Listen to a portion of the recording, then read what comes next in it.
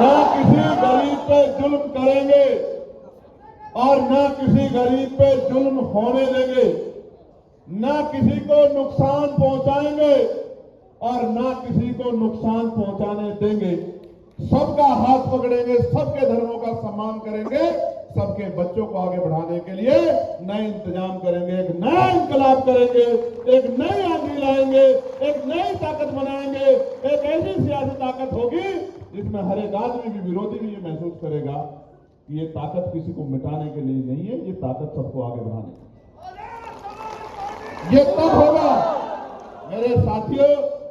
1 साल का कार्यकाल हुआ है मेरा अभी। आप समझिए किसी दफ्तर में कोई काम करने जाता है तो 1 साल की तो ट्रेनिंग हो जाती है, उसके बाद कहते हैं कि ले भाई अब तू कुछ काम कर ले। 1 साल हुआ है अभी। इस 1 साल में आप बताओ पार्लियामेंट में चंद्रशेखर आजाद से ज्यादा कोई बोल पाते? आप बताओ। आप एक रात पहले मसला बताते हो मामला, और मैं तरीका ढूंढता हूं रात रात में किस तरह से आपके मामले को पार्लियामेंट में उठाया जाए।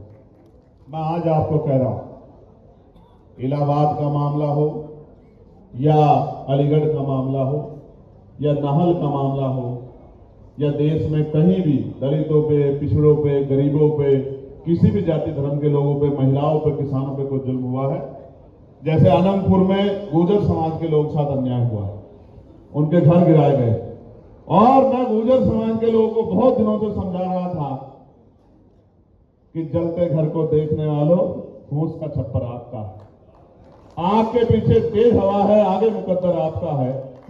तेरे कत्ल पे मैं भी चुप था, मेरा नंबर अब आया, मेरे कत्ल पे आप भी चुप हो, अगला नंबर आपका। मैं गुर्जर समाज के लोगों को समझा रहा था। लेकिन अब जब वहां फरीदाबाद में, अनंतपुर में 60 साल से जब वहां रह रहे हैं, अब उसको जब बुलडोजर चला तो कल उनकी पंचायत, अब उनको समझ में आया कि जो सत्ता में लोग बैठे हैं वो किसी के नहीं, उनको सिर्फ पूंजीपति खुश करना। मैं आपको एक और बात बताता हूं, बहुत कामयाब बात बताता हूं।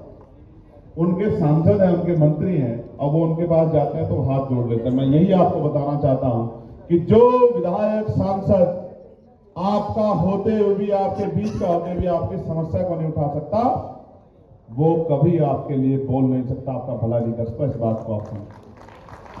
आप ये समझते हो कि ये पार्टी सेकुलर है, वो पार्टी सेकुलर है, ये बहुत गंभीर बात कह रहा हूं। इसको घर जाकर सोचना कि चंद्रशेखर भाई ने क्या कहा। ये आप सोचते हो पार्टियां सेकुलर है और पार्टियों को वोट देते हैं।